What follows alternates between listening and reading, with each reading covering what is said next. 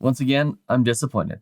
I've been watching the interwebs and specifically videos on the optimal order to invest your money. What I am surprised about is how unrealistic the advice that's being given in these videos actually is. And in this video, I'm going to go through the actual optimal order to invest your money and talk about the realities of building an emergency fund versus paying off high interest debt, buying versus not buying a home, and when exactly you should be trying to pay off your mortgage. But before I get into it, my name's Nolan Matthias, and if you want to thrive financially, this is the place for you. So do me a favor, hit the subscribe button and hit the like button so more people like you can see this video. It really helps me out with growing this channel. Okay, so let's jump into it. Let's talk about the optimal order to invest your money. And I gotta start by saying that I see so many of these videos start with creating an emergency fund.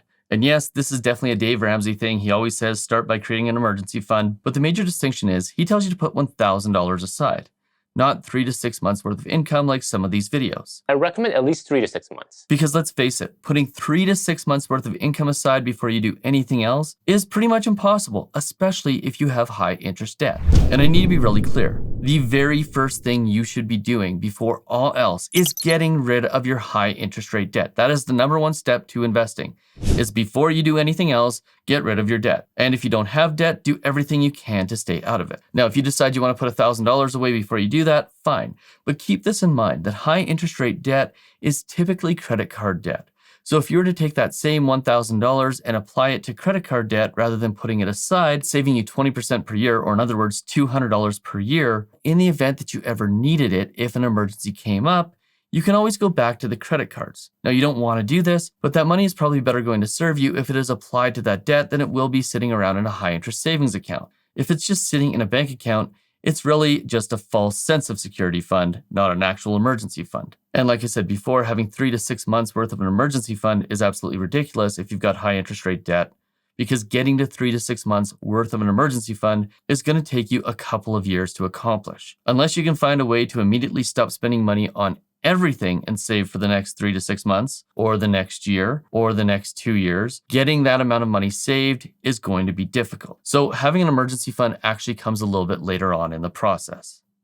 Now, the second thing that you want to take advantage of is any sort of employer matching. This is free money. This is 100% return. If your employer offers you free matching for any sort of account, you are going to get double your money back. You need to be taking advantage of this. This is essentially a free raise, and it is the single fastest way to build a savings account. If you aren't sure if your employer has a matching program, just reach out to your HR, and if they do have it, make sure you get it implemented right away. This is the number one first thing that you should do after you've gotten yourself out of debt. Now, once you've made sure that any sort of employer matching options are set up, the third step is to start creating an actual emergency fund. And yes, ideally, you want to have 3 to 6 months worth of expenses available to you just in case you get laid off or lose your job for some reason. But that being said, if you've got enough money in your employer matching or you've got very little debt, you can realistically forego this as long as you've got other savings. You don't have to have a designated emergency fund, although it does make certain people feel better about their financial situation. If that's you, by all means, go ahead and do it. I'm just being logical here. If you've got $50,000 sitting in an employer-matched account, you probably don't need to actually have an emergency fund. It's nice to have, but not necessarily a necessity. Now, one of the things I noticed about all of the other videos is they pretty much assume that somebody already owned a home. And I want to make it clear that before you go investing in anything else, you should be making it your priority to get into the real estate market. No matter where the market is at any given time, whether it's at the top of the market or the bottom of the market, 25 to 30 years down the road, no matter when you bought, you will find yourself in a better situation than if you had rented for your entire life.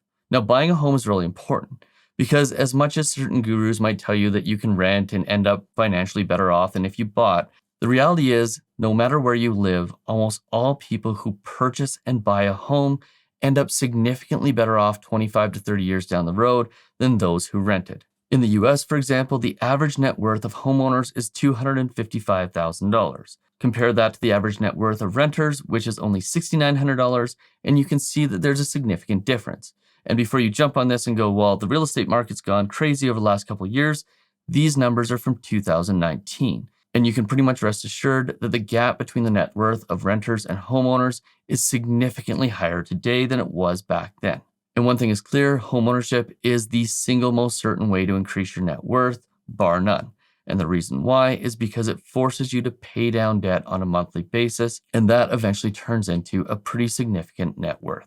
So therefore, the fourth step is to start saving for a down payment for a home. Now, depending on the state you live in, if you're in the US or the country that you live in, there are different options for this, and there are certain programs that are designed for first-time homebuyers to be able to save a down payment faster. Just check the Googles and see what options you have in your area. But if you don't already own a home, this should be your number one priority, is to save enough money to buy a home. And by the way, most people don't realize this, but in the US, you only need 3.5% in order to be able to buy a home, and in Canada, it's only 5%. And also keep in mind that you shouldn't be targeting the average home in your community. You need to be thinking about purchasing a gateway property to get into the real estate market as soon as possible. And a lot of times that means a condo or a townhouse or something that is smaller. Now, once you've got your down payment saved, you want to be buying that first family home. Now, if you're young and you're single, this can be a condo in a downtown area.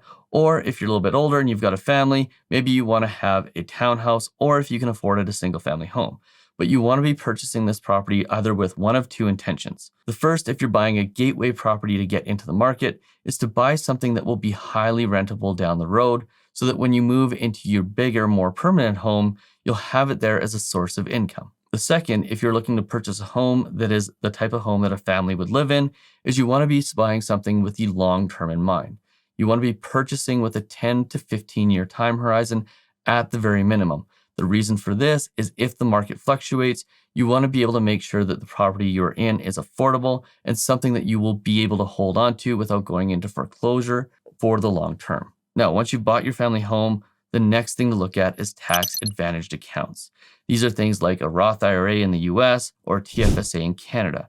And what they allow you to do is invest without the returns ever being taxed. So what that means is you get tax-free growth for the entire time that your investments are in those accounts. And taxation is the single biggest cost for pretty much everybody over a lifetime.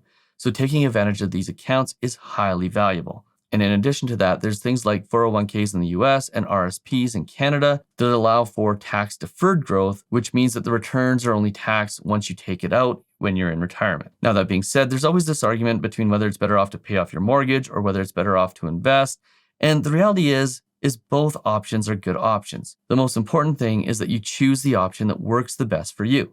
If you're the type of person that's going to get stressed out about your investments and pull money out and put money in at all the wrong times, then maybe look at trying to pay off your mortgage faster. But don't think that because somebody says you have to do one thing or the other, that you have to do that. Investing and money management is all about finding what works for you and doubling down on that. If you do decide to invest, once you've taken advantage of all of your tax-advantaged accounts, the next question becomes, do you take advantage of taxable accounts? So in other words, you're going to get taxed on all the money that you make, or do you start looking at things like paying off low-interest debt?